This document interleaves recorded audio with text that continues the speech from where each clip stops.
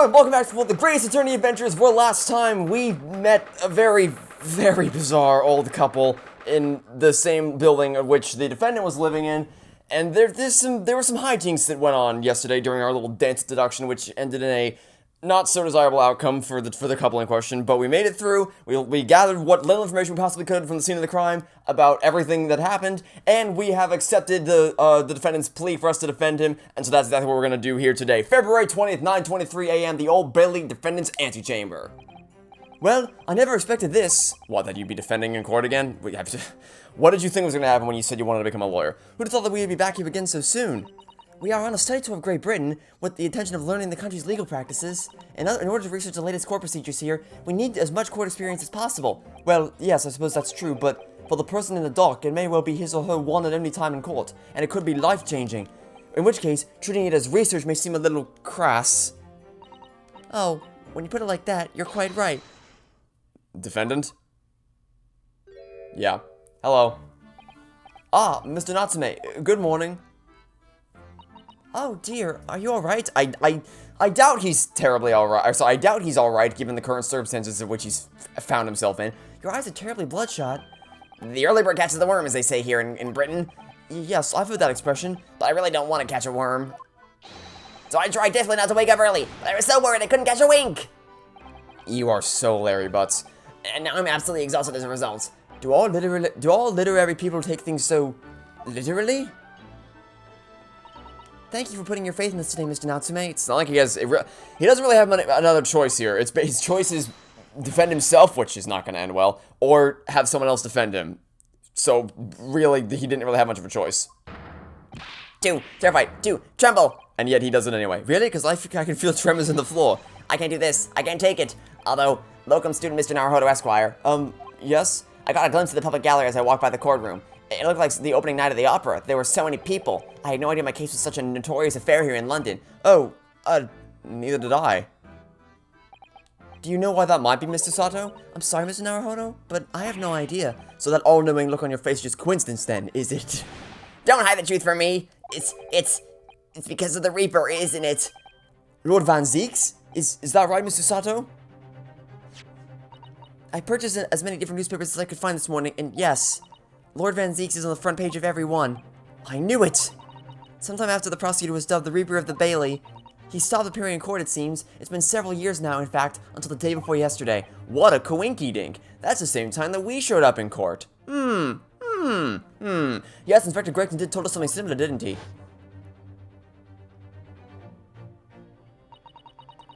The trial 2 days ago, yeah, we know this. We know this story. Oh, that was a bit of a voice crack, I think. I believe that appearance made even greater waves here in the capital than today's. But we wouldn't have realized, of course, having only just arrived in the country. Why is the Reaper back in the Bailey so soon, for what appears to be a mundane murder? That's the question the papers are asking, and they're all speculating various answers. Mundane? Mundane? It's the most significant saga of the century to some of us. Oh dear, I meant no offense, Mr. Natsume, but that is how the papers are describing it. Well, unless we also forget the fact that it could spark an international incident. Obviously, the reappearance of this infamous prosecutor has caught people's attention, but there's another blatant similarity with the trial of 2 days ago. Yes, I agree. Locum student Mr. Naruhodo Esquire, it's you! Me? Well, I suppose that's true. Both times it is you who stands against this legendary prosecutor. It can only mean that you're friends with the Reaper. That is, and this is why you're not defending yourself here, because that is quite a leap in logic you've just made. Please, I don't rub shoulders with Deathbringers. I'm afraid there's really only one other explanation. It can only be another example, Mr. Naruhodo, of your uncommon bad. I don't.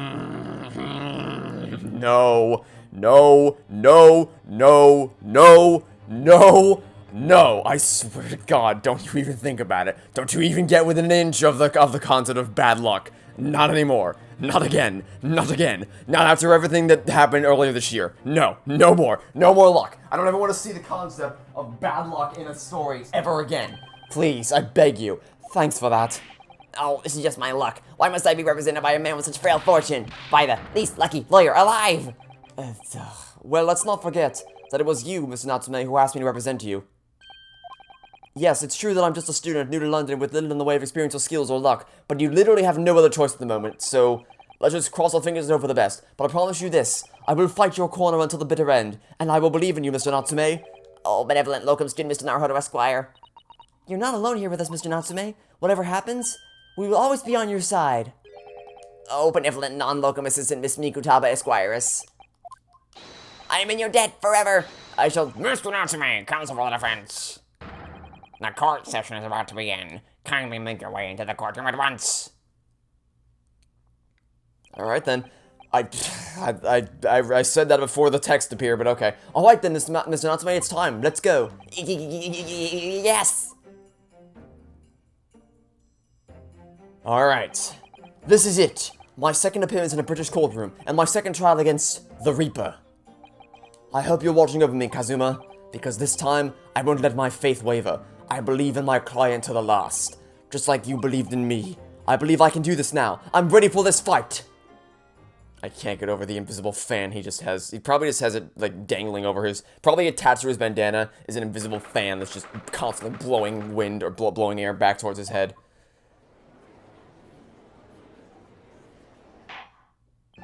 In the name of Her Majesty the Queen, I hereby declare this court to be in session. I now call upon the counsels for the prosecution and defense to declare their willingness to proceed. Here's Dracula back at it again. The prosecution is fully prepared, my lord. The defense is ready, my lord. The Nipponese are a truly fascinating breed. Sorry, what? Lord Strongheart has told me all about you. That you are a student who arrived in London but 2 days ago. A mere amateur. A mere amateur who was able to secure a not guilty verdict against you. So, you know. Do you have a point? Please, me, stop bumping the microphone, me. Being a compatriot, you feel compelled to try to help the accused, I suppose. Typical Nipponese arrogance. That's kind of the job of a defense lawyer. Forgive me, but I do not believe arrogance is an appropriate description. Susato-san. After all, at our previous encounter, the defendant was found to be innocent. You sure do love to flex those liquid physics now. Very true, and a most fascinating, if dark, trial it was too. The tragic conclusion came later, of course. Here's to the acquitted, and his unfortunate violent end. So, it appears there's an entirely different composition of the jury this time compared to there was last time. Which makes logical sense. There's no reason why the jury would be the same across both instances. But I was kind of hoping that I wouldn't have to create an entirely new set of voices for each jury appearance, because that's going to be pain and agony. Thank you, counsels. I see both sides are in fine fettle. Now, ladies and gentlemen of the jury, are you ready to carry out your duties here in court as impartial members of the public? Oh. Isn't that the guy from last case? I mean, he looks like the same guy. I think his name was Fairplay, but I called him Abraham Lincoln because that's what his character design looks like. You never know when you might be down on your luck. So at least we got one guy whose voice we already have. But I believe fair play for everyone. Yeah, okay, so that is fair play. Oh my, hello, Professor. You look like you were ripped out of the Professor Layton universe. But I must warn you, I'm rather more ruthless than I appear. Oh well, not me. What you see is what you get. I am a peace-loving fellow.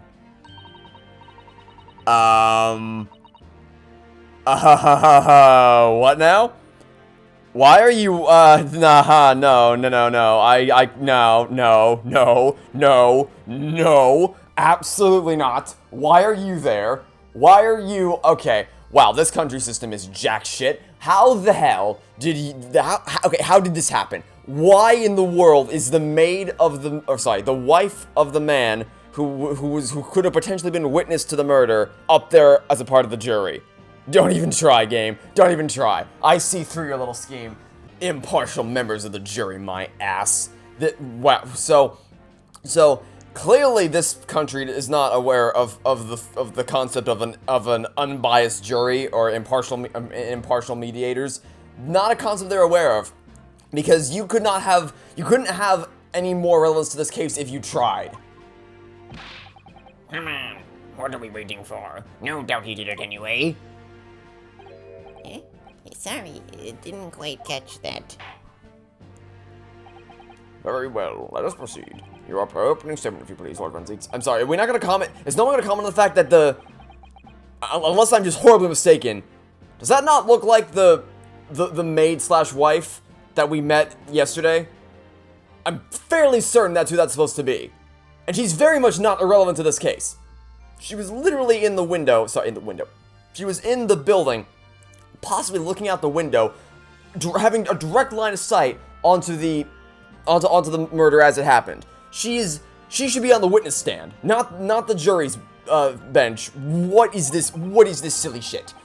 The accused in the dock today is a student from that same land, a certain Mr. Soseki Natsume. And while our country has extended this foreign student the warmest of welcomes, regrettably, the kindness has not been returned. In fact, this student is accused of a most sinister act. Of plunging a knife into the back of an innocent woman who was doing nothing but walking down the street. A knife crime? I'll tell you from better experience, those are the worst. Bloody oath they are. Just look at that sallow complexion and short stature. He's one of those dreadful... Oh, Jesus. Everybody in this game. Another Karen, really? Another racist Karen. Great, your name shall be Karen. Come on, let's get this over with me now, everyone. 1, 2, 3. Sorry, didn't quite catch that. Great. So we got one juror who's a racist Karen. We have another juror who has bias against the defendant because she's probably involved in the murder in some capacity. We have another juror who can't hear what the hell's going on, and we have and then another one who already has bad experience with this because of what happened in the third case. This is just the worst collection of jurors you could have possibly found. Like this might actually be the worst assemblance of people that you could have possibly conjured up. Wow. I don't even, it's honestly kind of impressive how badly you screwed this up. Pray forgive the discourtesy of smashing my hallowed chalice here in this great chamber. Allow me to call the first witness to the stand. Very well. Bailiff, lead the inspector in, please. Welcome back, Mr. Fish and Chips. Do you eat anything else? Your name and occupation, please. Yes, sir. Tobias Gregson, Detective Inspector at Scotland Yard. Would you please summarize the events of the case for the court, Inspector? The victim was thought to be a young woman in her 20s by the name of Olive Green. I beg your pardon, Inspector. Thought to be? Yes, having been stabbed in the back by her attacker's knife, the victim fell unconscious. That was 3 days ago now, and she's been, in a coma ever since? Comatose ever since. What? So they don't even know who she is for sure? Comatose, I see. But her life is not in danger? Fortunately for the Eastern student, the charge will not be murder. Pray, elaborate on the details, Inspector. Yes, sir, if I could ask everyone to look at this street map. As I mentioned, the incident took place 3 days ago, at around 5 in the afternoon. It happened on the pavement running alongside Briar Road, a wide thoroughfare for horse-drawn vehicles. It had not long since stopped snowing as the victim, Miss Green, was walking down the street. Out of the blue, she was approached from behind by the accused and stabbed in the back. Luckily, the young lady's life was spared, and she's currently being treated in one of the city's hospitals, but being unconscious as she is, we've been unable to take a statement from her, of course. This is the case file with everything we know about the victim so far. Thank you, Inspector. The court will accept the documents as evidence, if you please. I didn't want to open up the court record. Case file's been entered into the court record. Okay, well, to make sure that because clearly this game, if I had not checked that omnibus in the last trial, we would have been screwed, so I'm gonna make sure we don't miss anything here. Your book, 17th February, 4:45 p.m., customer Mr. Natsume, 72 shillings sent in a receipt, a picture of Monsieur, I'm not even gonna try, a meal for Gaborio and Canterbury Yearnings. Okay, case file. Details, young woman rendered unconscious following a stab wound to the back. Victim, olive green, female, stout build, early 20s, pavement on the Briar Road, east side, reporting officer, Rolly Beat. Okay. Victim remains unconscious, her name was gleaned from her personal effects, other details are unknown. Apart from the single stab wound from the large knife, no other signs of injury were observed. The assailant was seen running away by the reporting officer and was successfully arrested the following day. Okay, duly noted. What of the weapon that was used? Sir, I have that here. It was removed from the victim's back. Ouch, that big thing is starting to make me scared to walk down the street now. With a heavy blade like that, almost anybody would have been able to stab the poor woman. Even the scragged-looking Suzuki-san, I suppose. A common or garden jackknife, I would say. Rather nondescript. Thank you, Inspector. The court accepts the blade as evidence. The jackknife has been entered into the court record. Alright, what secrets is the jackknife hiding? What secrets is this knife hiding that I'm gonna have to uncover at some point? Okay, I can interact with this. Why can I interact with this? We can open it up? Yes, we can. Okay. Is it supposed to have... That tip looks rather dull. Oh, look here, Mr. Naruto, just at the tip. A small piece of the blade appears to be missing. You're right. Well spotted, Mr. Sato. I wonder what could have happened to it. Yes, you don't think it could still be lodged in the victim, do you? Or are we doing a rise from the ashes here? I do hope not. It sounds terribly painful. Okay, so it's a good thing I checked then. It's a very good thing I checked. Because, yeah, we got lucky in case 3 with the omnibus, but if I hadn't checked, we would have been dead out of luck. So, I will spare no mercy with checking these things this time. From what we can tell by looking at the woman's possessions, it seems she's a poor student herself. Hard to imagine she would have had anything much worth pinching, my lord. I see. Well, in that case, are we looking at some deep-seated resentment toward the victim? I'm afraid I couldn't say. Apart from the visit in secondhand bookshops, the defendant, Mr. Natsume, doesn't appear to get out much. At this moment in time, we haven't been able to establish any sort of connection between him and the victim. I love how he still raises his hand. It's the most, like, charming, innocent little thing, but it just, I don't know. If theft and grievance had been ruled out as the motive, what reason could Mr. Natsume possibly have had for stopping the young woman? Yet you arrested the man in spite of that in a totally unjustified and heavy-handed way.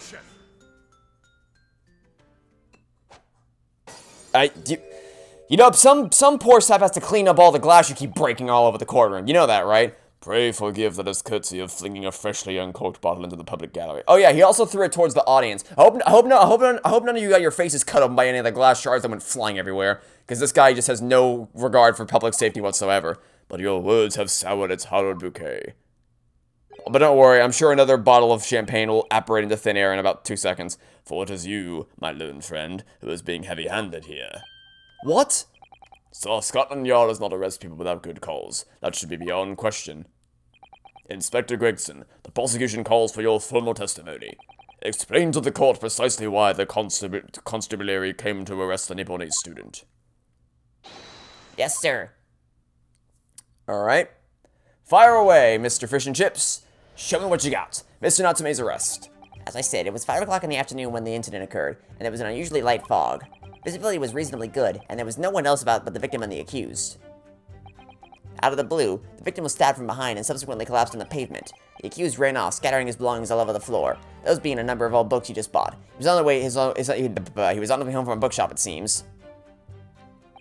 It was just a matter of working out who the books belonged to when we found the bloke to arrest him. So he used the books.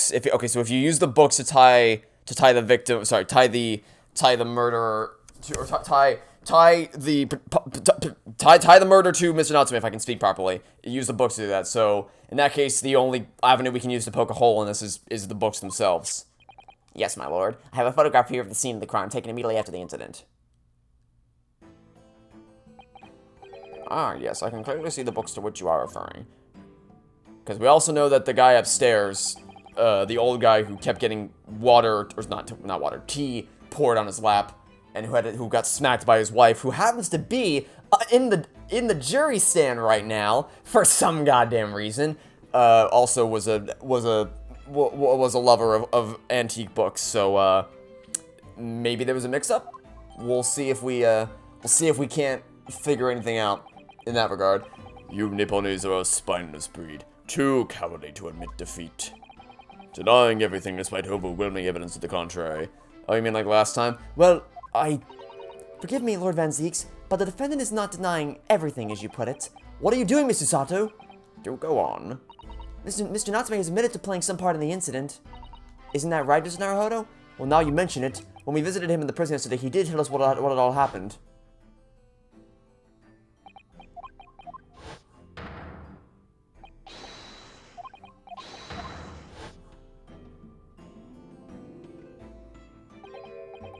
A green overcoat? Well, that's exactly what the woman in the print is wearing. Oh my, a photographic print in full color. What will the world come up with next? Hopefully a fair jury system. The defendant has... Oh wait, what am I talking about? I've played Apollo Justice. That doesn't happen. The defendant has done nothing more than admit he fled the scene of a terrifying incident. That does not mean that he's guilty of the heinous crime of stabbing the woman in the back. There was nobody else there at the time, just the two of them, the victim and the accused. In other words, there is nobody else who could possibly have stabbed the woman. A fact that the accused concedes. Ah. It seems this cross-examination could prove to be pivotal, counsel. Proceed, please. Yes, my lord. Nothing for it. I have to use this cross-examination to turn the tables here. It's our only chance. It's gonna be one of about 30 chances in this trial, but okay, whatever you say. Okay, like I said, the only thing that we can possibly use here, because if it all boils down to the books, then we gotta get you to slip up on something about the books. The defendant apparently visits a second-hand bookshop on a daily basis. Yes, so I understand. A shop full of old English literature. I commend the accused on the lofty subject matter of his scholarly attention. The bloke's room was stacked floor to ceiling with those musty old books. Can you tell us more about the bookshop in question, please, Inspector? Well, if I must. The closest second-hand bookshop to the accused lodgings is this place here, Bourbon Books. A little place in the corner of Briar Road and Meerschaum Street. And, as we recall, if we check the second-hand book receipt, we can see that it does not match that in the slightest, so I'm going to assume you're going to say the closest bookshop is here, but we have the receipt, so that's not where he went. As it happens, the accused is currently living in the lodgings. Oh, wait, or is he going to say that that's where he got the things from? It doesn't take a genius to work out the route he would have taken home. Buddy? Buddy, don't do this. Don't go down this route. Please don't go down this route. It doesn't end well for you. What have you... Oh, no, what have you done? Oh, you fool. What have you done? What have you done? How do you mess up something this simple? It's right there. It's right there. It says it's your books, not Bourbon Books. We have the receipts to prove... This is not a good start, y'all. This is not a good start for you guys. I concur with your conclusion, Inspector. The defendant would certainly have passed the scene of the crime on his way home from the particular shop. Alright, great. Now tell me where your books is. Mr. Naruhodo, I think that what the inspector just told us could turn out to be of vital importance. Yes, I agree. The most important point that the inspector just made up being the bookshop's name. It's not the same. Inspector Gregson, may I ask you a favor? What? Would you kindly add the name of the bookshop to your formal testimony, please? I believe it may be of vital importance. Maybe. Oh, well, you know, I mean, yes, it could be a very important clue. Very well. Not that I can see it being of any great significance, but please revise your testimony accordingly, Inspector. Yes, sir, my lord. Whatever you say. Could the man be any more sardonic? Alright, is it added? Yes, it is. No, he was not on his way home from Bourbon Books, as a second-hand book receipt proves. Objection. If I could just stop you there, Inspector Gregson. What is it, Sunshine? I'm a busy man, you know, your job here is to stand still and answer questions. You are not busy in any capacity. You're also taking the time to eat fish and chips again. This is the receipt that we found in Mr. Natsume's room. It was issued on the day of the incident and details the purchase of 3 second-hand books. And you found it in the accused's room, did you? Yes, but the point is not where the receipt was found, but the name of the shop printed on it. Go on. This receipt was issued from a bookshop called Your Books. Your books? Your, I presume. Yes, my lord. So, Mr. Natsume did indeed purchase a number of books at a second-hand bookshop that day. However, the bookshop in question was not Bourbon Books. Ah? What? Inspector, do you know of this other bookshop? Yes, sir. Your Books is another second-hand bookshop not far from Bourbon Books. It's just that, well, it's such a small place. I didn't think the accused would have known about it. We literally have the receipts to demonstrate where he came from. What do you mean you didn't think he knew about it? But in fact, that is the bookshop at which the defendants visited on the day in question. And this receipt proves it. Yes, for what difference it makes. Whether the man purchases musty tombs, it makes no difference in the final analysis. What? Well, it depends on where Your Books is, because if it's anywhere that's not, if it's on a different road than where Bourbon Books is, then it could completely change his route. I disagree. I mean, after all, I have a stream out here, if that might be of help. Oh, yes, thank you. Have a look at this, please.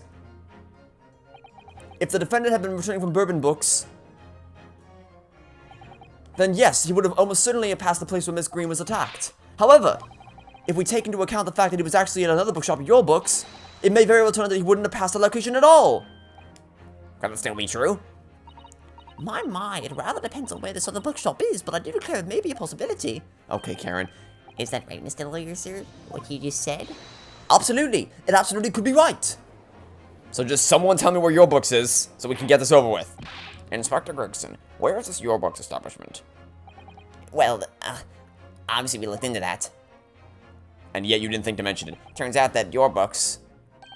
Oh, is it now? Oh, what a coinky-dink. Meaning that it would make the most sense to go down Calabash Road to the south, and then head west down that nameless road down there, meaning he would never have passed by the area, he would never have passed or by down Briar Road in the first place. Oh, I'm so sorry, sir. It's been 10 minutes since the trial started, and you've already fucked up. Great job. Honestly, I'm kind of impressed. It's kind of impressive how quickly you can be proven so wrong. And without any bullshit non-stop debates. And there you have it. As you can clearly see now. Oh.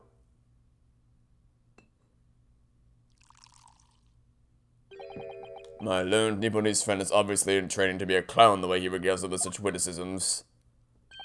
To your future career in the circus. You put the glass down now, I'll put it down for you. I didn't think I needed to spell it out, but here we go. If the accused was coming home from Your Books instead of Bourbon Books. Why would he go that way? Literally, why would he go? Why would you ever do that? Why would it make any sense? Well, okay, let's run through this real quick. So if you go to Your Books, you can either go the long way around, down some other random street no one cares about, or you can go down Calabash Road, and then you'll be directly on the street that heads directly to where your lodging is. Why would you ever go that way? Why would you ever go that way? What are you talking about? Yes, thank you, Inspector. Ugh, that is ridiculous. There's no reason you would take the upper path. Allow me to reiterate from my learned, if somewhat slow, Nipponi's friend. There is no goddamn reason you would ever take the path you were insinuating. Wherever this man purchases mustard tubes, it makes a difference in the final analysis. Ah, that is ridiculous. That is absolutely ridiculous. As I suspected, you can't fool me. I don't suggest you try. What I say, I've had enough of this now. Beg your pardon? Terribly sorry, would you mind repeating that? Mr. Naruhodo, we mustn't give up. What do you mean? If the prosecution's assertion is correct, the members of the jury may very well decide that Mr. Natsume is guilty. Ah, she's absolutely right. We must think. We must consider the assertion just put forward by the prosecution very, very carefully. The claims to 6 must have passed the location of the incident on... Yeah, obviously raised an objection. He didn't... Why would he have gone that way? The assertion just made by the prosecution is fundamentally flawed. Explain yourself, counsel. Yes, my lord. You can see what I mean on this map. When returning from Your Books to his lodgings,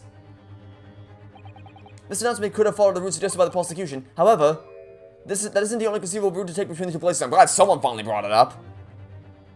Yeah, thank you.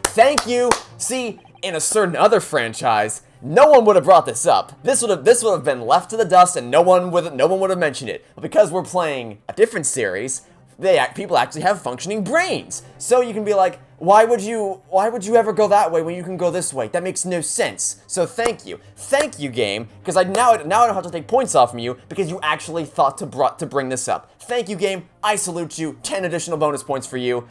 Thank you very much. He arrives back at his lodgings without passing the location where the victim was attacked. Talking back to a clown is a fool's errand, of course. However, I feel compelled to point out that route is what is commonly referred to as the long way around. What? On a cold winter's night, why would any man choose to take the longer route home? Okay, hold on. Let's actually look at this map in a bit more detail. That's not the map. That is back out. That is not the map. That is the map. Okay. So, I mean, we don't have the measurements to properly measure out how long this would be.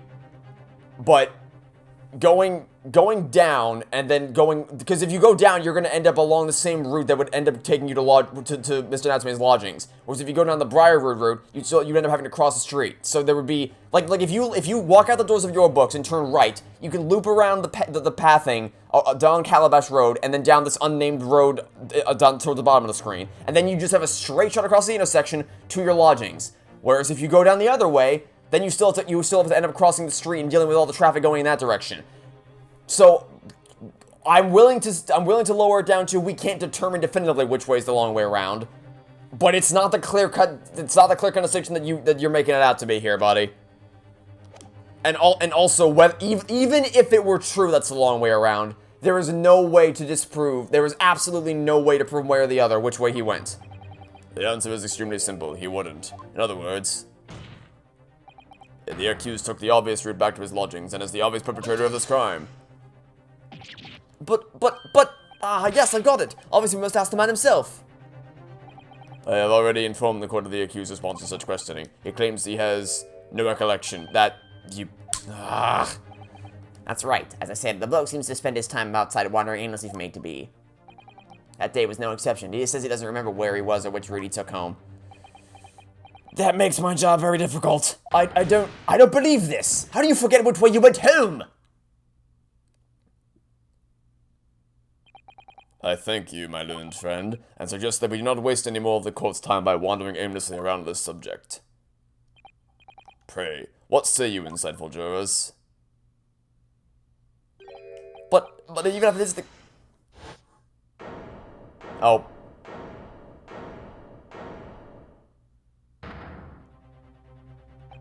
I agree with Lord Van Zeeks, wholeheartedly and in every way. What? I don't believe it. Does this mean... We members of the jury are completely convinced now. Yeah, how? How in the world did that convince you of anything?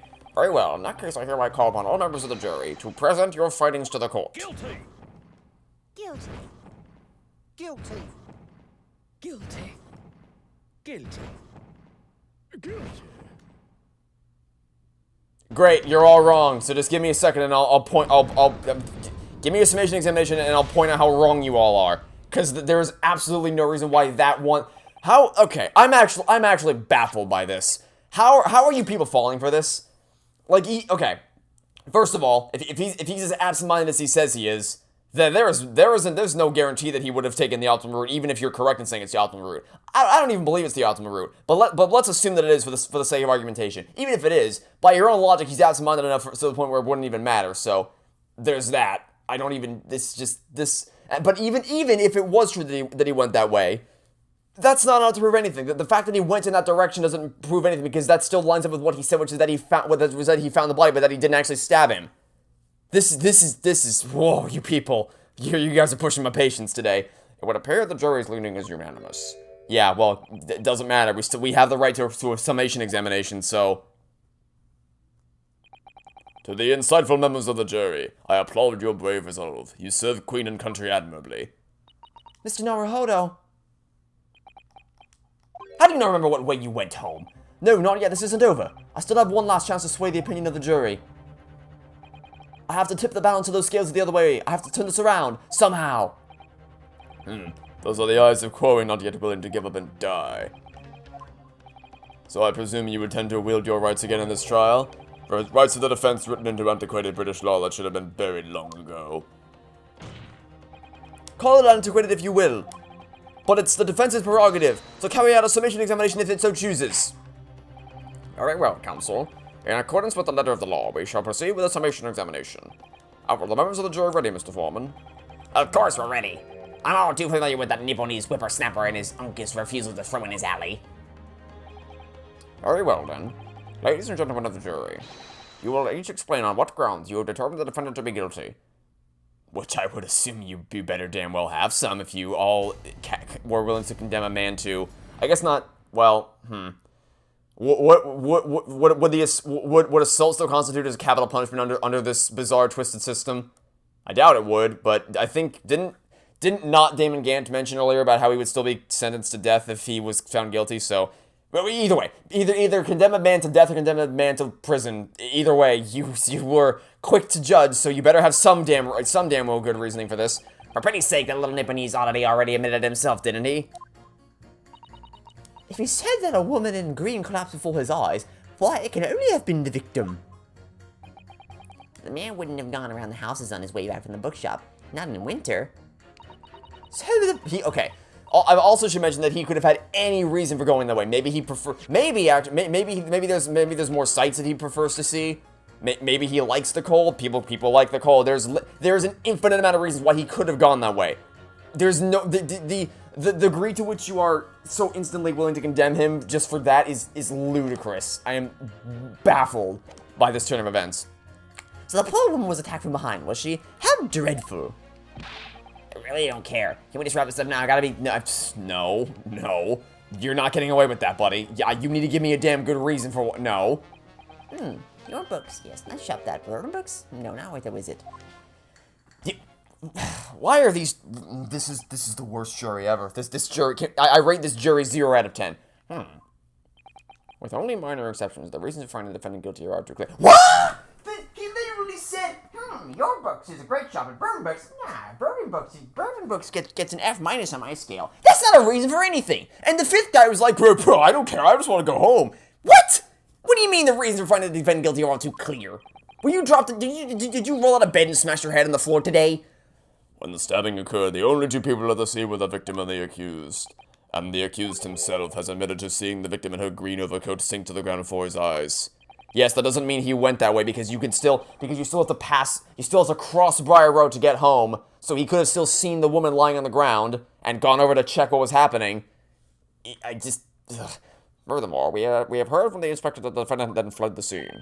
I must say, I would have ample grounds to convict this man already. Yes, the impeccable logic of, Can I go home already? And, bourbon books, not worth a visit. Oh dear, even the judge appears convinced of Mr. Natsume's guilt now. yeah, because you're all idiots. But don't worry, I'll prove you guys wrong. Why did he have to run away like that? And how are we supposed to believe in some phantom attacker that nobody could see? This is impossible. How can they possibly make a case for the defense? Mr. Naruhodo, this is no time for grumbling. If you want to force the trial to continue... Yes, I know. I have to turn the tide. I must make the jurors change their minds. Well, 4 of them at least. Exactly. We have no choice but to forge forward. You have the floor, counsel. Begin your summation examination. Yes, my lord. I just need to keep this trial going somehow. Whatever it takes. Come on, Ryunosuke. You can do it. Alright, let's do this thing. Jury examination. Here we go. So, question, can I press statements in a summation examination? I can. Alright, step 1. Go over to that prick who's like, I want to go home. Oh, and I'm coming for you next, buddy. But first we're gonna press your statement. Because I need more than just, I want to go home. A man's life is on the line here, sir. It'll take as long as it takes. Don't get clever with me now, son. My life's on the line too. Why is, what? The likes of you wouldn't understand, but a laborer like me can't afford to take time off. If I don't work, I don't eat, and neither do the wife and kids. Oh, I see. That must be very hard. I go to the union every morning to find out what needs doing. If you're late on the work's taken, it's tough. This time of year, there's water and gas supply pipes bursting left, right, and center. They're after cheap labor to get the roads dug up to fix it. It's a hard slog from dawn till dusk it is. So, you were out digging up the roads on the day of the incident as well, were you? That's right. In fact, if I remember rightly, say it. If it's around the corner from where it all happened, you...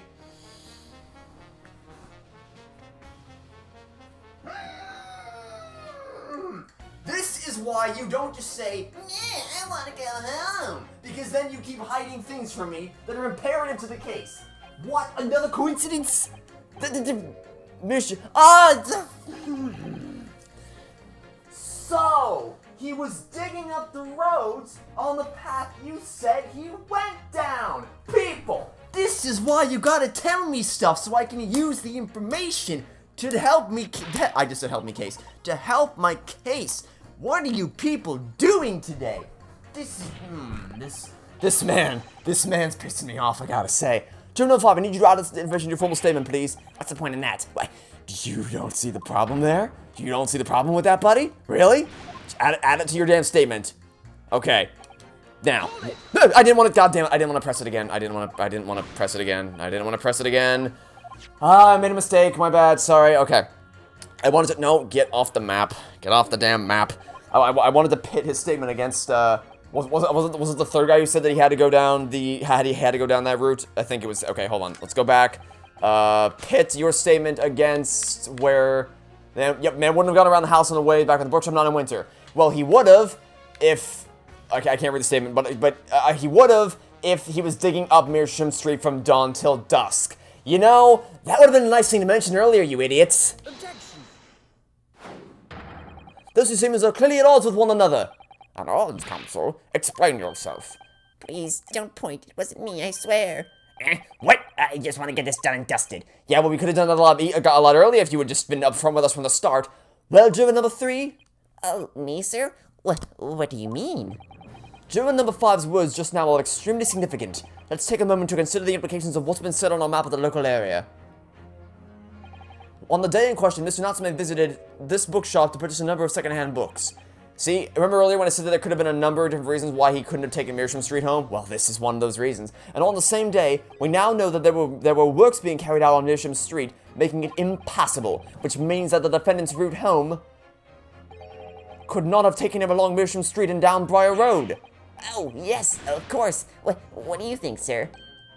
Well, yes, you can't argue with that, really, can you? We must have had a good 2 yards or more of pavement up.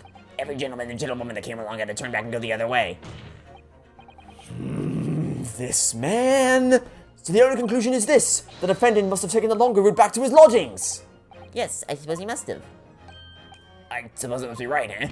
Juror number 3, you said the following. The man wouldn't have gone around the houses on his way back from the bookshop, but we see now that he had no choice. Yes! My lord, my judge, sir, if I may. Yes?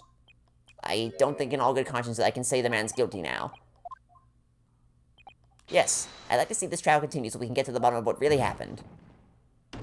Boop. That should hopefully be 2 down. What about you, sir? Who, me?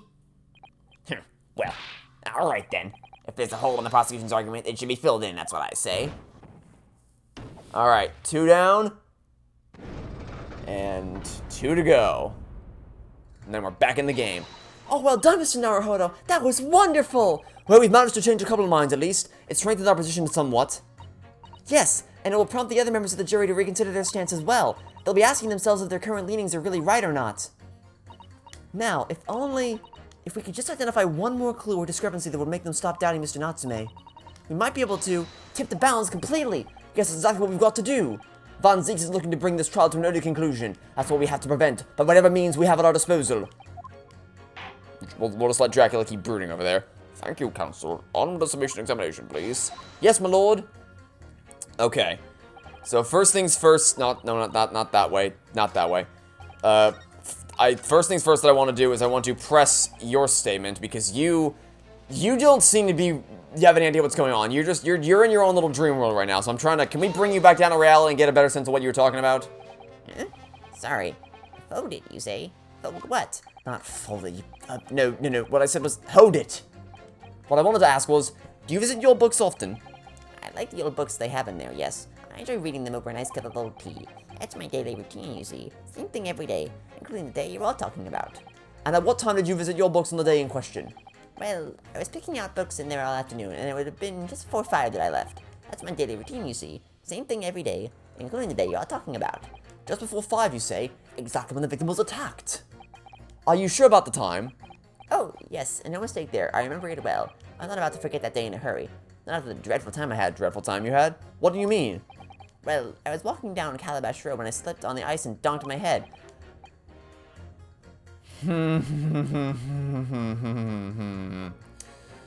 So, now... very clever game, I see what you've done here. Very clever game, I see what you've done here. Okay, so... all that he admits is that he was walking by someone who was wearing a green coat. And there were some books from your bookshop scattered around. But, if we were, as he just said, he said that he slipped on the ice and donked his head, and he's wearing a green coat, and he bought some books from the bookstore, then all of a sudden, our defendant is looking a lot less suspicious, wouldn't you say? Knocked myself clean out, I did. I really thought my number was up. Oh, and you knocked yourself out, meaning he was unconscious. Oh, Van Zieks, I'm so sorry that you are so inept at this. This happened on Calabash Road? That's right. I live in Cornpipe, you see. Heading down Calabash Road is the quickest way for me to get back from your books. Juror number 6, I must insist that you add that information to your formal statement. It may very well be extremely significant. Sorry, extremely sick? No, I'm quite alright now. Oh my god, you're impossible. You've changed 2 of the jurors' minds, Mr. Naruhodo. Yes, just 2 more to go. Deliver the finishing blow now. It's time to turn the tables here. Wish I knew how to do a Susato takedown. I suppose words will have to suffice for now. Alright, here we go. Bring it on. So what I think it was Karen that said it, right? Yeah, racist Karen over here was talking about how He said that a woman in green collapsed before his eyes why it can only have been the victim. It could not have only been the victim because we know someone else over here wearing a green overcoat that slipped on Calabash Road and knocked himself clean out. Those two statements clearly show a flaw in the juror's reasoning. A flaw? What are you talking about, counsel? Well, juror number 2, juror number 6. My, whatever do you mean, sir? I think perhaps the old man didn't hear you. Yeah, well, what else is new? Unbelievable. It's not like I was loud or anything. There is at least one fact of which we can be sure here. The bookshop receipt found in the defendant's room clearly indicates that on the day of the attack, he had been to your books and purchased a number of second-hand titles. He then returned home on foot. But the man says he has no recollection of his return journey. Yeah, well, he doesn't need to anymore because now we can prove exactly which route he took to get home. And it was the same damn route that I told you he took from square one. That's correct. That's what he does remember is seeing someone appear in front of him on the way. Someone in a green overcoat who suddenly collapsed on the pavement before his eyes. Yes, we are well aware of this. The poor young woman who was stabbed, obviously. Can we really be sure of that, madam? My, whatever do you mean? I'm sure you heard juror number 6's account of what happened to him that day. That same afternoon, there was somebody else apart from the victim who was wearing a green overcoat and who fell over on the icy streets of the neighborhood. Oh my. My goodness, you mean... That's right. I'm filming, of course, too hard of hearing juror number 6. Are you really suggesting that the person in the green overcoat whom the defendant saw collapse in front of his eyes was the jolly old gentleman at the end of the bench here with me today? That's entirely possible, yes. After all, the old man has a somewhat similar build to the victim. Well, look at that. My goodness me, why are you on the stand? Sorry, you need a pee? And crucially, we know precisely where the old man in the green overcoat fell. On Calabash Road. Therefore, if the person who Mr. Natsume saw collapsing in front of him was in fact juror number 6, it means the defendant must have taken the long route back to his lodgings. And if that's true, then clearly, the crime scene on the Briar Road where the woman was stabbed was not on his way home! Oh my! In the famous, so, hey, Van Zeeks, and the jurors, and the judge, I have some famous advice for you that isn't going to be relevant for a few more centuries, but in the words of famous prosecutor Godot, the hammer that strikes too fast has no time to aim. I hope you all learned a valuable lesson here today in that regard. You idiot, old man! If you hadn't been so daft as to be roaming about there, we could have... You do not get to talk about being daft when you forgot that you were working on the road that everyone said he went home on that day. You might want to get off your little soapbox there, partner. And really, what were you thinking wearing such a befuddling coat? How is it his fault? He just slipped on the ice. The idiot next to him is the one who was like, oh, I just want to go home because I was working on Mesham Road or whatever, or Rusham Street all day, which is the road that you all said he went down, but he couldn't have gone down the way, you idiot. Is it a crime for the elderly to walk the streets these days? Is it a crime to slip over on the ice? Is it a crime to keep up with the latest styles and wear a beautiful green overcoat? Is it? Not the time, Karen. My lord, I do hope it would cause any inconvenience, but you'd like to change your leaning, I presume. I do declare that I would. I should like to call for a verdict of not guilty. Thank you. And I would too. What? Is it a crime to change your mind, is it? Well... And just like that, the scales have been tipped over to our side. Thanks everyone for your cooperation. Now let's get back to business. Well, that summation examination has concluded with a rather large shift in opinion. The ayes 2, the noes 4, so the noes have it. Not guilty, they say, which means we no longer have a consensus among the members of the jury. The trial will continue. Objection.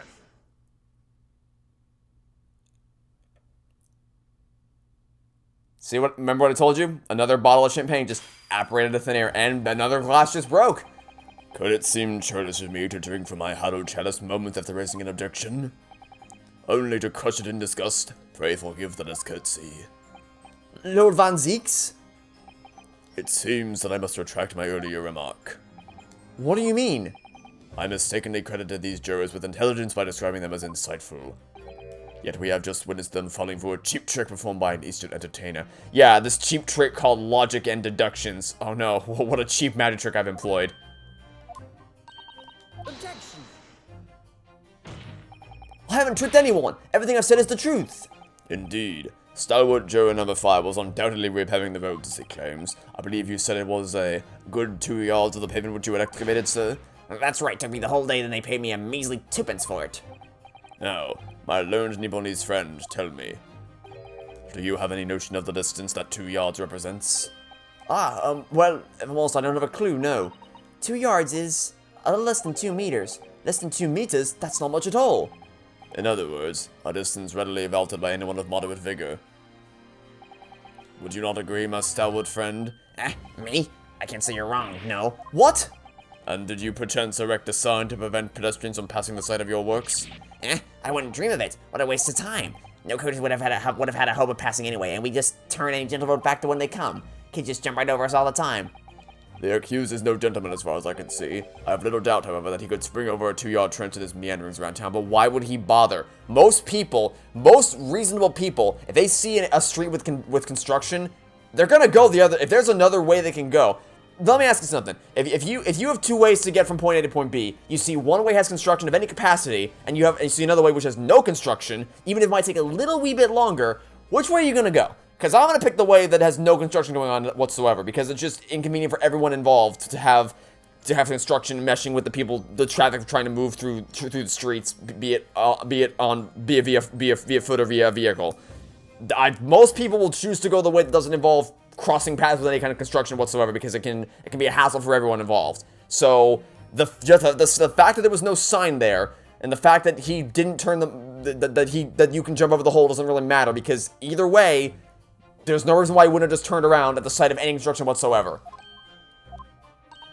Is that true? Is it? The incontrovertible truth is that the books just purchased by the accused were found at the scene. There can be no doubt that on his way back to his lodgings, Mr. Natsume walked down Briar Road. Oh, crossed in a single sentence. An old man. Old man, you can talk. You say that around 5 o'clock on the day in question you slipped and fell on Calabash Road? Pray, was there a suspicious looking Nipponese behind you at the time? Oh, I can't say as I remember. You don't remember? How about a wager, my learned friend? You say it was this old man that the accused saw, but I would lay 1,000 to 1 against you being able to prove it. What? Okay, reverse card. You can't prove that he went the other way as well. But everything I just deduced lines up pretty perfectly, because the logic of him turning away from the construction site and seeing a man whose build, stature, and dress and costume, not costume, but wardrobe perfectly matches the scene of the crime as we knew about it, and he had books at the time as well, all lines up to him going, plus all the other factors I mentioned earlier, all lines up with him going around Calabash Road, whereas you just said, oh, look at that, I think I have to censor that, because that's kind of close to her name. Okay, better make a note of that. I presented information and evidence that perfectly lines up with the situation in which he would have gone home the way I suggested, whereas all you've done is just go, nah, prove it. What you lack the self-awareness to realize that you yourself cannot prove that he went the way that you claim he did, with no evidence to the contrary, whereas I presented plenty of evidence that suggests he went the way that I say he did.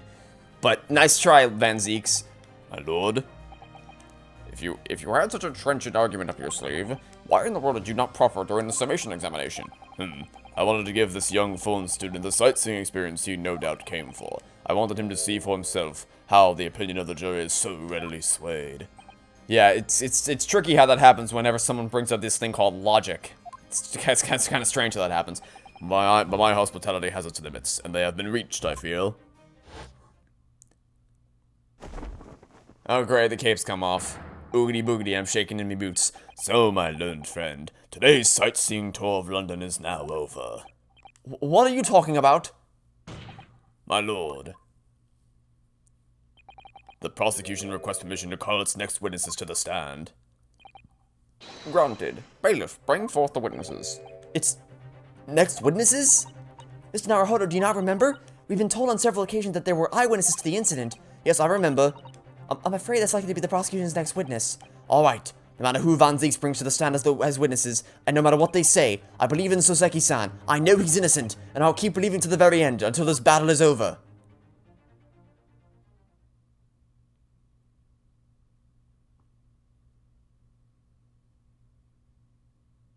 Okay, what Disney cartoon did they pull you out of? Witnesses, please state your names and occupations for the court. What the hell? That's a broken neck right there. Constable Rolly Beat, sir. Nothing to report on the street, sir. And I'm Mrs. Beat. Patricia's my name. I'm proud to say I'm this young town hero's wife. Okay, you're evil. Just one look and I know you're evil. What's the story here? Well, it starts with the phrase, once upon a time. Well, in truth, we've not been married long. In fact, we celebrated our first anniversary only the other day. No, it was your husband I was asking about. He seems tired. Hardly surprising. Whilst being an honorable occupation, patrolling the beat is the most demanding work in the world. Oh, really? I'm sure I've heard that before, actually. Indeed, apart from rare days off, our gallant officers trudge some 20 miles a day, you know. They patrol boarding houses and pubs, collect taxes, survey the streets, check that meters are reading true, and they're responsible for keeping the streets clean, and lighting and extinguishing our streetlights. There are a number of items on that list that don't sound like much policing duties at all. I wouldn't just be falling asleep at my feet. I'd have collapsed long ago. But it goes without saying that a policeman's primary duty is the apprehension of criminals. Even when he's off duty, a constable is expected to investigate and resolve any crimes on his beat. For the London Bobby is a man of honor. Funny. And a man of slumber. On the day in question, this man and his wife were walking down Blair Road in the opposite direction, and they witnessed the incident as it occurred. Is that not correct, Mr. and Mrs. Beat? Yeah, I'm sorry, you just exude evilness. That's right, sir. Isn't it, Rolly?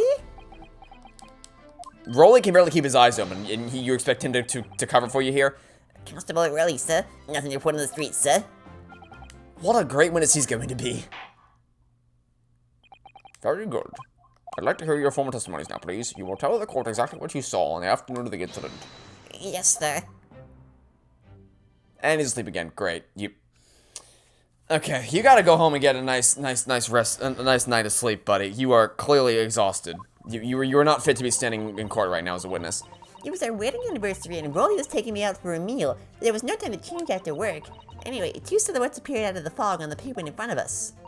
All of a sudden, one of them just collapsed to the floor, and the other scattered something before running off.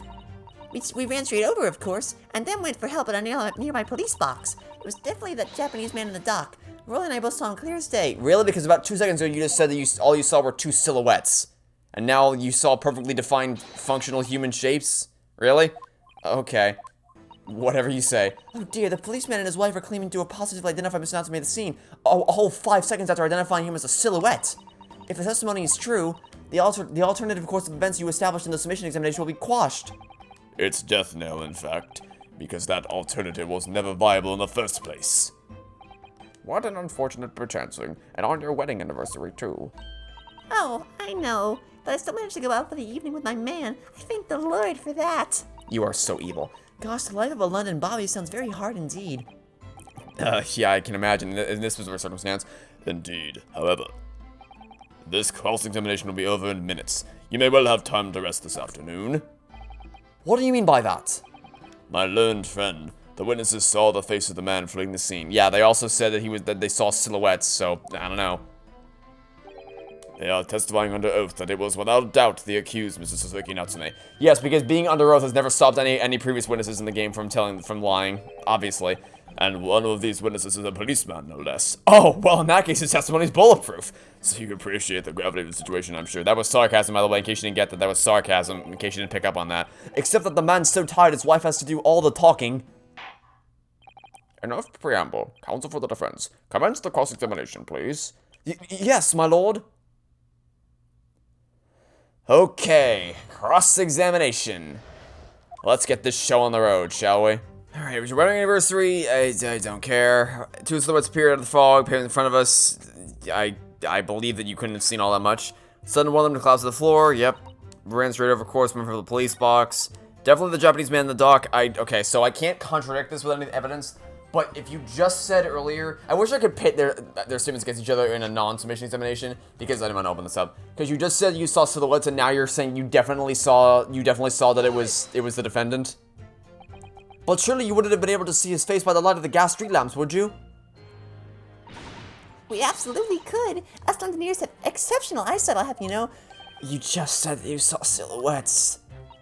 The light from the street lamps was more than enough. And my husband already told you that the fog was only... Okay, could you yank him any harder? I shouldn't have, you know, we're gonna pretend I never said that. We're gonna pretend that those words never left my mouth, and we're gonna keep moving on with the rest of this testimony. And what of the fog? We're famous for it across the globe, I believe, but it's an absolute menace to those of us who have to live with it, of course. Oh, it is. When it's thick, you can't even see the hand at the end of your own arm. Yes, alright, I take your point. Now, could you stop shaking your husband about? The constant fog makes our eyes very sharp, you see. That's why we can tell you for sure and certain it was that little Japanese man we saw. Can't we, darling? Seriously, can you stop pulling on the scarf? You're gonna break his neck. Yes, she was accused of no mistake. The mustache, the hunchback, the cat-like eyes, the top mouth, unmistakable, sir. As far as this couple's testimony is concerned, there can't be any question. It was Sasuke-san that they saw running away from the scene of the crime. So that's it, is it? That's the entire testimony? What do you think, Mr. Naruhodo? Well, I hate to admit it, but on hearing the testimony, it really does seem as though Mr. and Mrs. B saw what they say they saw. Mr. Natsume running away from the scene on Briar Road that day. Yes, I feel the same. So if that's true, where does it leave us? The members of the jury are sure to call for a guilty verdict after this testimony. Oh no! Then what do we do? If Kazuma-sama were here... What are you trying to say? I think he would try to find a contradiction somewhere else within their testimony. What do you mean, somewhere else? The statement about seeing Mr. Natsume is unequivocal. Calling that into question won't help. But if you could identify some other part of their testimony which appears to contradict the facts, you might be able to discredit them, to make the jury doubt that the pair's memory of the day is accurate. Oh, right. Put simply, we must focus on finding a discrepancy in these statements somewhere. If we don't, I'm afraid the trial may reach an early and unfavorable conclusion. Ugh, why do I always seem to be so up against it? Okay. Mr. Lawyer, sir, can I ask you something? Oh, yes, of course. What is it? Well, you keep asking us all these questions about everything we told you, so... It seems like you don't believe our testimony. Is that right? Is it? Well, out with it! Can you stop using him like a puppet? What? No, it's really not that at all. It totally is. My husband's a policeman, remember? Oh, well, in that case. I remember every last detail, everything, oh, I know. What about the books the man dropped? Oh, please keep talking about the books. Please, by all means, keep talking about the books. Please give me a nice, easy thing that I can get you to slip up on. I could tell you the names of every single one I could. Every single one. Oh, can you now? Because as it happens, we have all the names of the books right here. So try me, Rapunzel. Try me. I know her name's Patricia, I'm gonna call you Rapunzel. And you dare to question how reliable my testimony is. Alright then, tell me the names of the books. Go. Name them. Name them. I dare you. Name them. That will do. No, it won't do at all. That Japanese lawyer has no idea what I'm capable of. Alright, then prove it. If I decide to forgive him for insulting us, don't think for a minute that Rolly will. I don't think Rolly knows what's going on. I think he's like dreaming right now. He's probably dreaming of a better life. I know that you might have misheard what I said there, but you're more than welcome to hear that last word as a different rhyming word, but it works either way. I really didn't mean to cause offense. Please put your husband's fist down. Perhaps you would like the opportunity to supplement your testimony, Mrs. Beat. Might that appease you? Oh, thank you, my lord. That would settle things nicely. Wouldn't it, darling? Again, he's not awake. He has no idea what's happening right now. I could even tell you the names of the 4 books he dropped at the scene. Wait, aren't there? Wait a second. I thought there were 3 books. The receipt says there's 3 books. Does the picture show that, how many are in the? Not the stupid armband. How many are in the picture? Yeah, I knew it. There's 3. There's 3. There's only 3. Haha, gotcha now. So you're saying that there were 4 books? That's right. I remember all of them. Almost like she saw a different crime scene from the one that he stumbled across, something like that.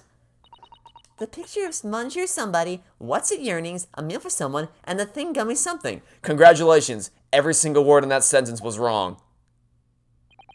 I'm sorry, Mrs. Beat. But there was a fundamental flaw in that statement of yours. Oh no! What flaw? Simply that, at the scene of the crime, there were only 3 books, not 4! Here's the objection music. I feel like the like Prelude to Adventure music plays more than the actual objection music.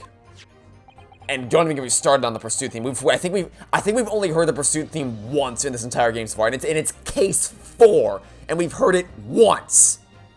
Have a good look at the photographic print of the scene of the crime. As you can clearly see, there are only 3 books. But, no, that can't be. I saw them. Oh, I know what it is. Yes, you can't fool me. Sorry? It's the big old lump of a dead body. That lady's so large, her corpse is blocking the view. Even if that were true, it doesn't matter because you've already bungled the names of the books. Let's at least try to remember that the poor woman isn't dead, even if you're insulting her size. No, I'm sorry, Mrs. Beat. But Mr. Natsume could not possibly have dropped the 4 books you describe. Why not? Fascinating. And from your assured tone, something you can readily substantiate with evidence, I presume. Absolutely. Ah, evidence. Counsel, you will present evidence to substantiate your claim or withdraw it. What proof do you have the accused did not drop 4 books? I have the book receipt that proves that the names of the books don't line up with what she said they were. The evidence is right here, in the form of this bookshop receipt. From your books? Yes, this receipt details Mr. Natsume's purchases that day, but as you can see, only 3 books are listed. No! Therefore, Mr. Natsume would have only dropped 3 books at the scene of the crime. Which means that your powers of observation, madam, cannot be relied upon. So it cannot be denied that though you say it was the defendant you saw, you could very well be mistaken. Oh no! Oh no, no, no, no, no! Objection!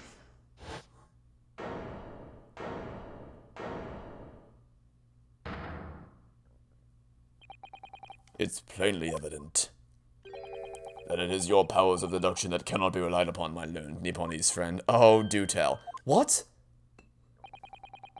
Where do you keep pulling these glass bottles out of? What cannot be denied is that these 2 witnesses saw the accused running from the scene. I just proved that she has no f***ing clue what she's talking about. What do you mean that we can trust it? How can you? She can't even get the names of the damn books right, and we have evidence to directly contradict that. So who's to say that she's not wrong about who she saw either?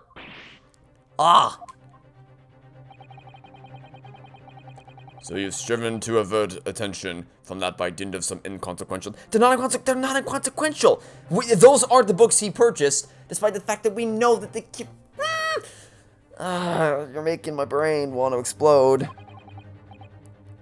Would that be fair? It's death by 1,000 cuts. Oh, he sees right through me. But your plan was somewhat recoiled against you.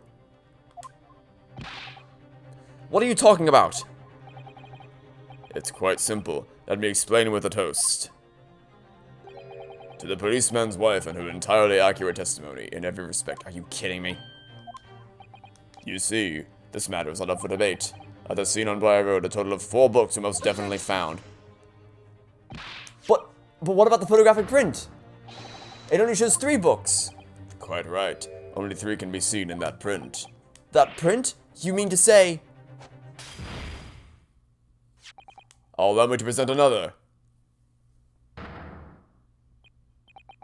The Lion's Pride. Wait a minute. That's the one that's the one the guy said he had. That's the one the guy said he had. Wait a second here, buddy.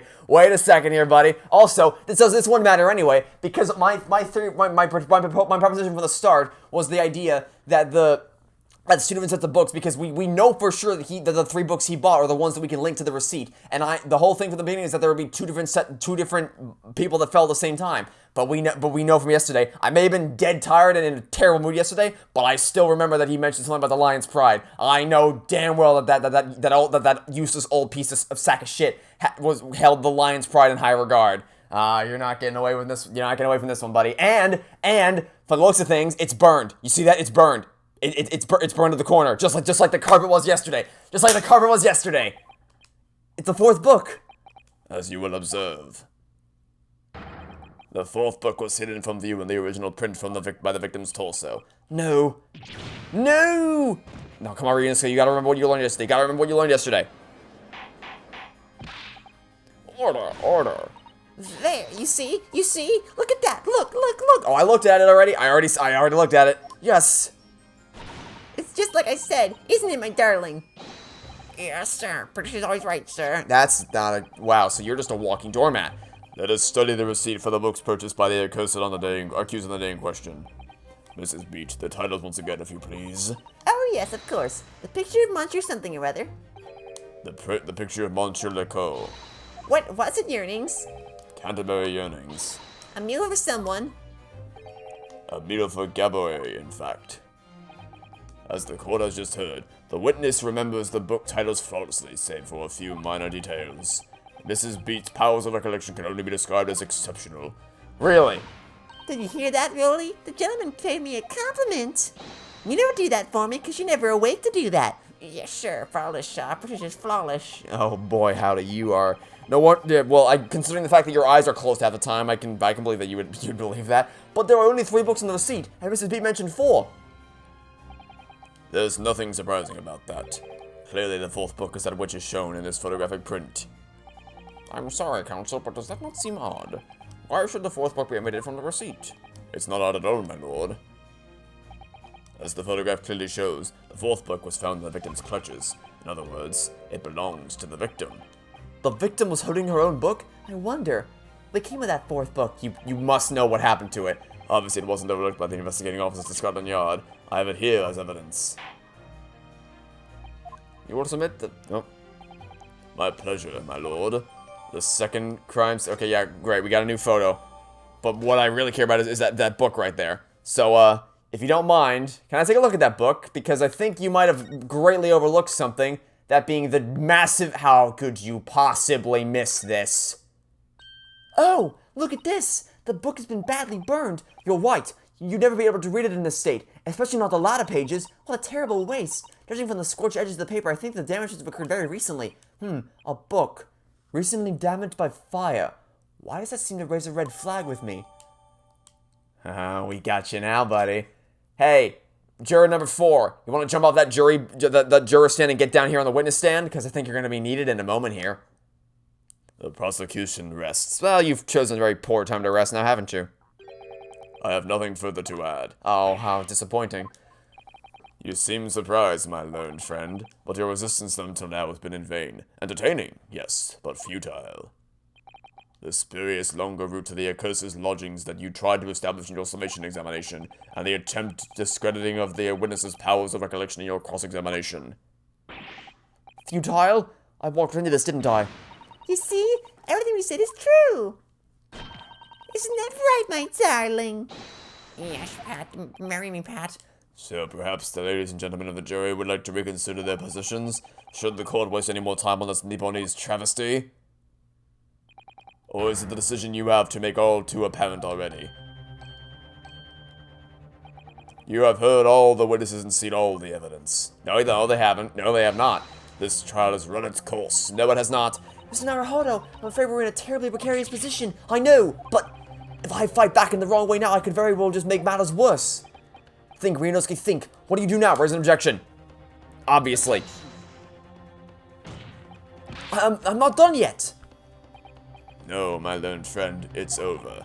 The last cross-examination was your final chance to establish a credible defense, and you failed. The die has been cast. There is no more room for debate.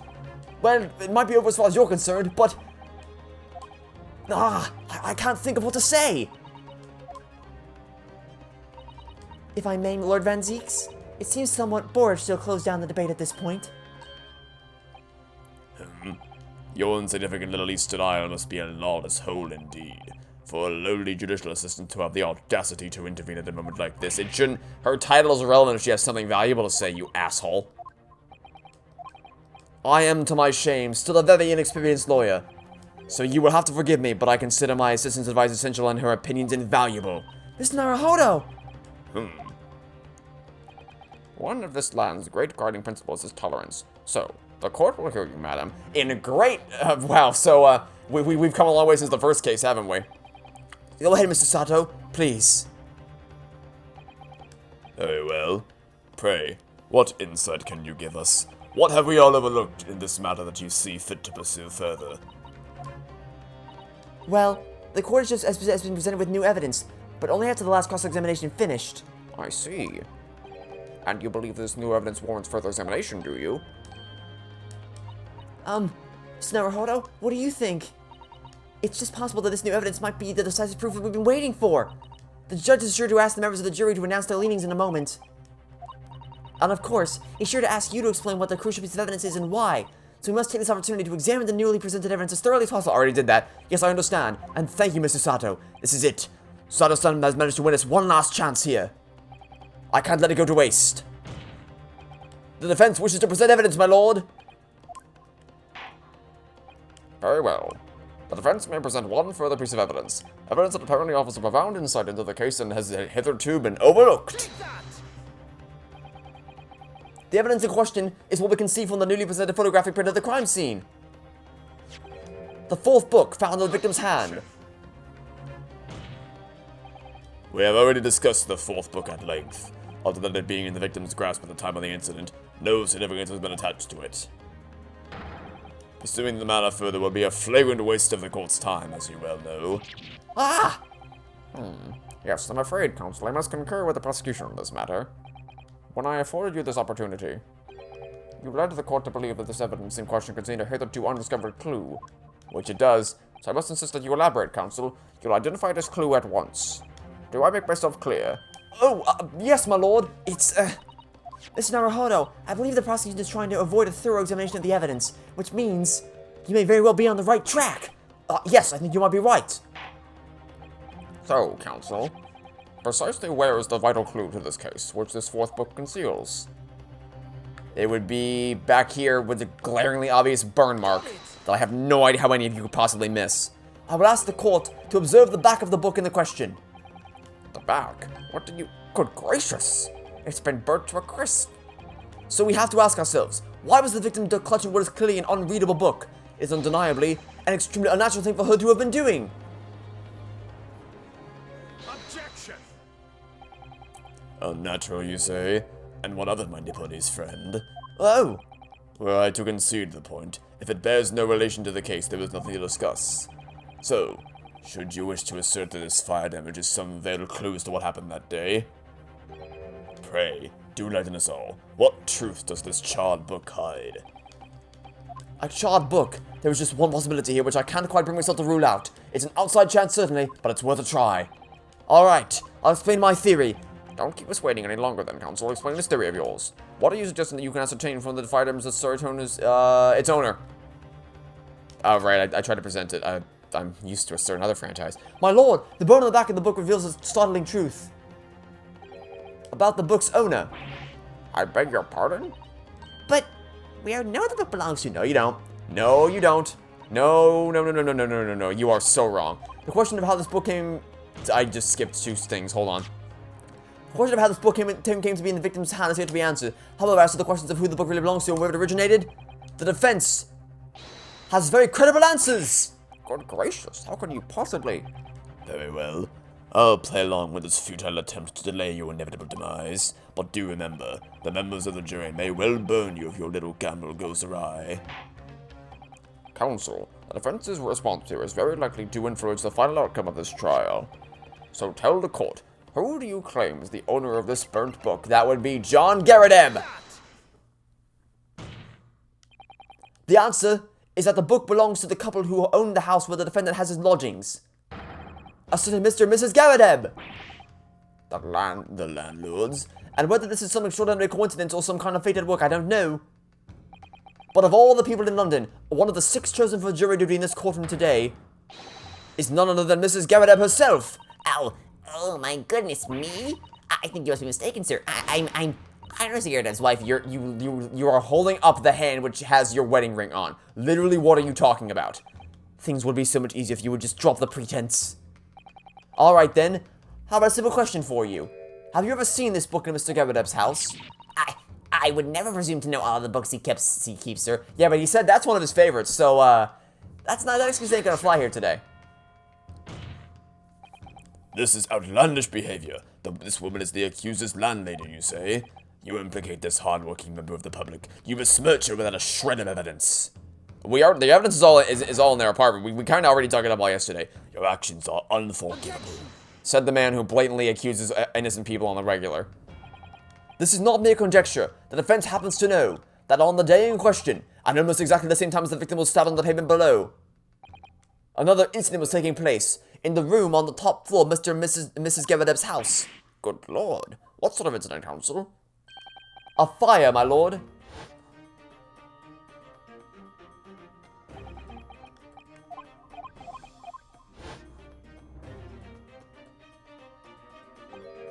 The Lion's Pride. By Jove, the very same title as the subject of the debate. Oh dear me. Oh, by the way, did you see right there how they loaded, someone mentioned in a comment, you see how they loaded in a completely different scene with completely different character models, and it didn't take 6 years to load? Yeah. Crazy. This is risible. All you've told the court is that a book by the same name was involved in a fire, in which case it would be reasonable to assume that it was burnt to ashes. And entirely unreasonable to infer that it magically removed itself to the scene of the crime. It is a connection. It is too much of a coincidence to overlook. What are you talking about? Perhaps it would make more sense if I told you that the cause of the fire was merit or discord. Without going into details, it appears that Mrs. Garrett was considerably enraged. Apparently, she continued to attack Mr. Garrett even amid the flames. How awful. I can't even imagine being so horrid to the one you love, as I tug on your scarf a little bit harder every single time, causing more and more brain damage until eventually your neck snaps. What? I didn't say anything. Hee.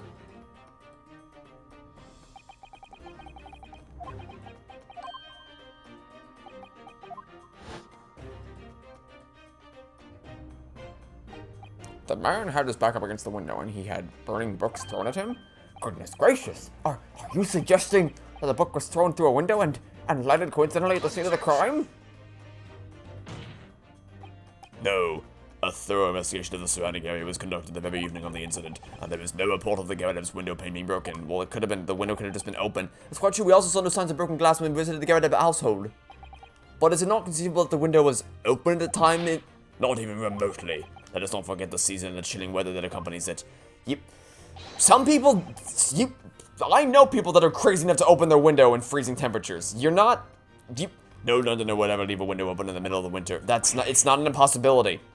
Especially if the book were to be thrown deliberately, in which case it would definitely not be thrown at this possibility. Does the defense postulate this scenario in all seriousness, counsel? Do you earnestly claim that the book found at the scene was a flaming projectile thrown by Mr. Garadev's wife? I believe it's a possibility, my lord. It's also the only option that we have for the moment. Let me guess, Mrs. Garadev's gonna take the stand? Well, I hope that everyone can see for you what you are now, you little foreign trickster. You call yourself a lawyer, but you're just a coward. A mean coward. Said the lady who domestically abused her husband. And I know yesterday I was saying, like, I went on a rant about cheating, but unless I'm mistaken, and feel free to correct me if I'm wrong, I'm pretty sure he's falsely accused of cheating on his wife because the book, like the note in the book isn't actually addressed to him, and it was in a book that he bought. So I don't think he actually cheated. I think he's being accused of it, and she's just an idiot. If I'm wrong, I'm wrong, and I'm more than willing to admit that. But I don't think I think it's a misconception. But I stand by what I said yesterday, being that I don't have any respect for you if you cheat on your significant other. I have zero respect for you whatsoever. But I don't think he actually did that. So again, said the woman who domestically abused her husband. Claiming that our little tip set the whole neighborhood alight. Honestly, implying that I'm merely posing as a maid for appearance's sake. You admitted that to me yesterday. It's nothing to do with this beastly case. Not any of it. All you've done is sully our family's name. No, I assure you that was never my intention. Dragging an upstanding citizen's name through the mud simply to divert attention from your failing defense. I should have boxed your ears, that's what I should do. It's utterly unforgivable. Too right. Here we go. How long have we sat here now listening to this Nipponese spouting out his fancy foreign theories? But think about it. At the end of the day, the only person who could possibly have stabbed the victim is that little hunchback with the mustache, and he ran away from the scene too. I do declare you're right. Did none of you pay attention to the past hour and a half of your lives? Yes, what did I tell you? Makes sense to me. Yeah, well, I don't think you're the authority. You shouldn't be the arbiter of what makes sense to you, given what we learned earlier. Well, it would appear that the ladies and gentlemen of the jury are once again in full agreement. What is your position, Lord Van Zeeks? In truth, my lord, I feel that these have been unnecessarily protracted proceedings. But then one must always exercise patience in order to savor the best vintage. No! Oh, wait! The mystery of the fourth book. No, not this again. If books are your predilection, my learned friend, study them on your own time.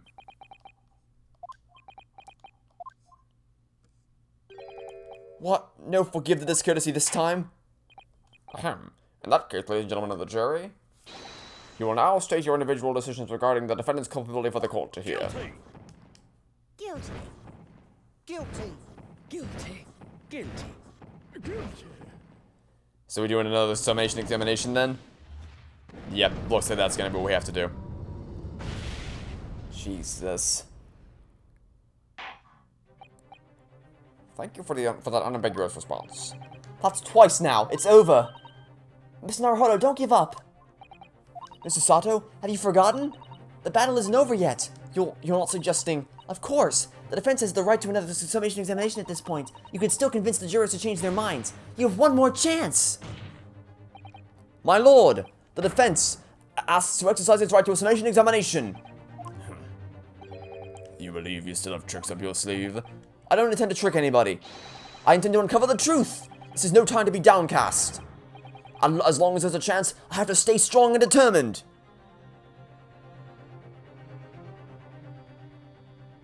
Okay. This case is interesting so far. Oh, wait. Music.